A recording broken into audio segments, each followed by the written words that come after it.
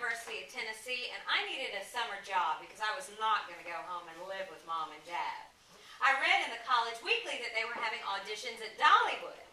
Y'all ever heard of that place? Yes? Well, I auditioned with the song Crazy, and I'll never forget waiting. But soon I found out I got the job. I would work on and off for Mrs. Parton over the next 3 seasons, and while the old-timers were jaded to the awesome coolness of what we were doing, I was still thrilled.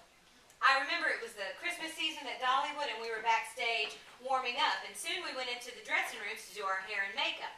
And then we heard the places call. So we all filed out of the dressing room when suddenly there was a jam in the hallway. Someone was coming out of the super secret dressing room in the Dolly Parton Theater. Now, I can tell y'all that I knew that this was the very private dressing room of one of the very prominent people having to do with this park, that due to some serious flirting with the security guard, but that's a whole other story. Anyway, can y'all guess who it was? Who?